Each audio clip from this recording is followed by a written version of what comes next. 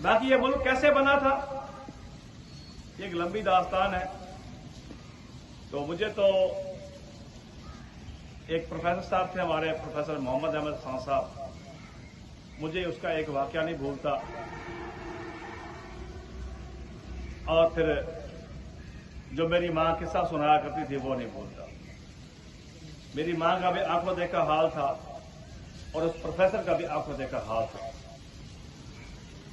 तो जो ट्रेनें हिंदुस्तान से पाकिस्तान मुहाजिरीन को लेकर आती थी, उनका स्टेशन जो था वो वाल्टन था। कोई लाहौर के बच्चे होंगे तो जानते हो वाल्टन कहाँ है, कैंट में है वाल्टन। वहां मुहाजिरीन कैंप लगे होते थे। तो ट्रेन में बोगियां होती हैं, एक साइड में छोटी बोगी होती है, उसमें 22 सीटर होते हैं, फिर दरम्यान में बड़ी होती है, फिर 22 होती है, पूरी एक बोगी बन जाती है 44 और 88। तो प्रोफेसर साहब ने एक वाकया सुनाया जो बड़ा दिल खराश था और मुझे कभी नहीं भूलता वो, कि इस मुल्क की कीमत आपने क्या अदा की हुई है। उसने जी एक बोगी पूरी के अंदर, जब आप बड़े होंगे तारीख पढ़ोगे तो कहीं ना कहीं तारीख के औराक से ये लफ्ज, ये अल्फाज और ये किस्सा आपको मिल जाएगा। कहता है एक बोगी के अंदर, पूरी बोगी के अंदर सिर्फ मुस्लिम खवातीन के पिस्तान थे कटे हुए, काट काट के उन्होंने भर के बतौर गिफ्ट पाकिस्तान को भेजे थे।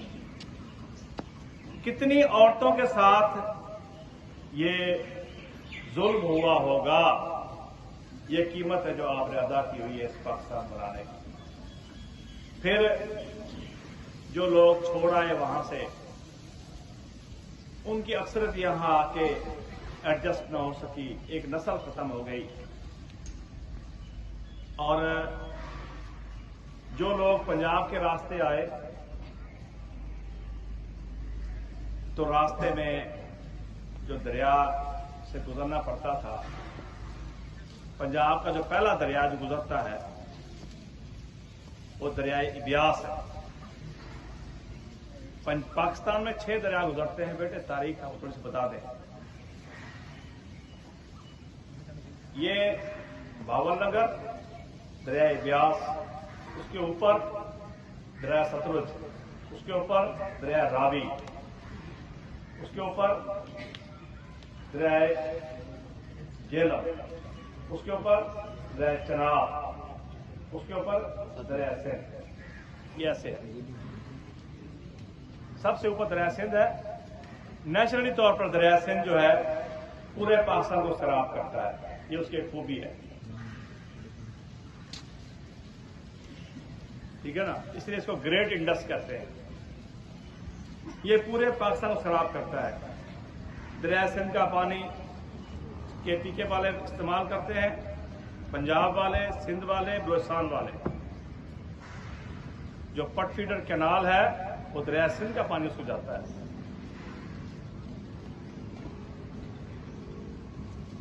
तो पहले जो दरिया था वो इब्यास था, तो सिखों ने उस दरिया का बंद तोड़ दिया ताकि जो लोग पैदल जा रहे हैं मुहाजिरीन, इनको ये पानी में से गुजरे।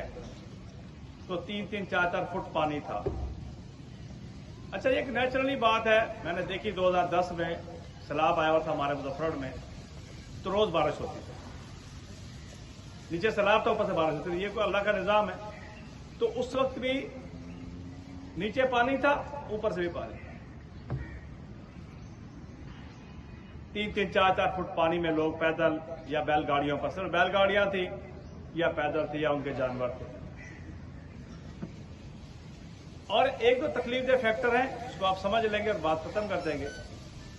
बाप, बेटा, भाई, बहन, बीवी, मां बीमार हो गई, नहीं चल सकती, कोई ऑप्शन नहीं है, इसको आप छोड़ के आ जाएंगे, बस वहीं पर खत्म, खुदा हाफिज। उसको आपको साथ लाने के ऑप्शन ही कोई नहीं, आप सवारी कोई नहीं है। जो भी बीमार हो गया और चल नहीं सकता, वो आपके सफर का साथी नहीं बन सकता, वो वहीं रह जाएगा रास्ते के अंदर। वो बच गया, वो मर गया, उसका क्या बना? आपने आंखों के सामने अपने बाप को, अपनी माँ को, अपनी बहन को, अपनी बेटी को, अपने बेटे को छोड़ के आगे सफर कर रहे हैं। ये सिर्फ इंसान सुन सकता है, सोच भी नहीं सकता ऐसे। आप में से, मुझ में से, मुझ समेत भी सोच सकता है कि हम दो इकट्ठे भाई जा रहे हो तो एक भाई को हम छोड़ दें, भी तू जा, भी तो जानवर खा जाए तो डूब के मर जा। पॉसिबल है? ये पाकिस्तान की कीमत है जो लोगों ने दी हुई है।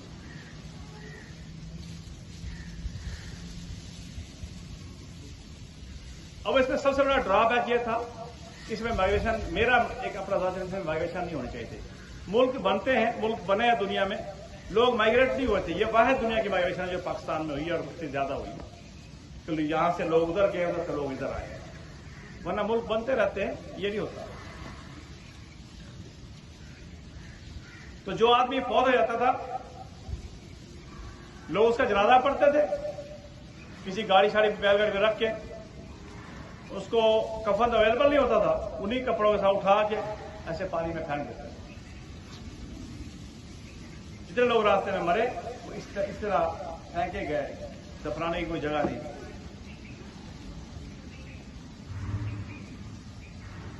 तो जो जिस कर्ब से एक जनरेशन गुजरी है, हम शायद उसको महसूस भी नहीं कर सकते, ना हमें किसी ने बताया, ना हम इसको समझ सकते हैं। तो हमें चाहिए कि हम इस मुल्क की कदर करें। और ये बात सरदार शेर खान की बड़ी जबरदस्त बात थी कि एडमिशन भी नहीं मिलता था जमींदार के बेटे के अलावा किसी को, जिसकी जमीन नहीं थी उसको एडमिशन नहीं मिलता था।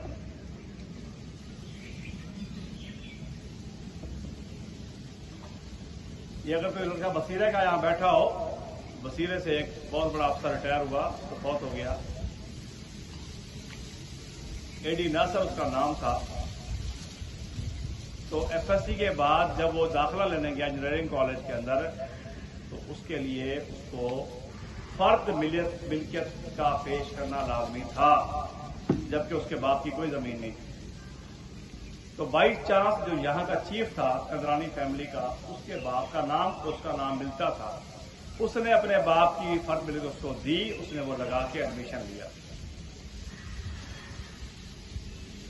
दाखिला भी नहीं मिल सकता था किसी कॉलेज में अगर आपका ताल्लुक किसी जमींदार घराने से नहीं है। ये तो नेमतें हैं अल्लाह की, आपको मिल गई हैं। आपको पॉजिटिव होना चाहिए। कामयाबी सिर्फ पॉजिटिव होने से मिलती है, मेहनत करने से मिलती है।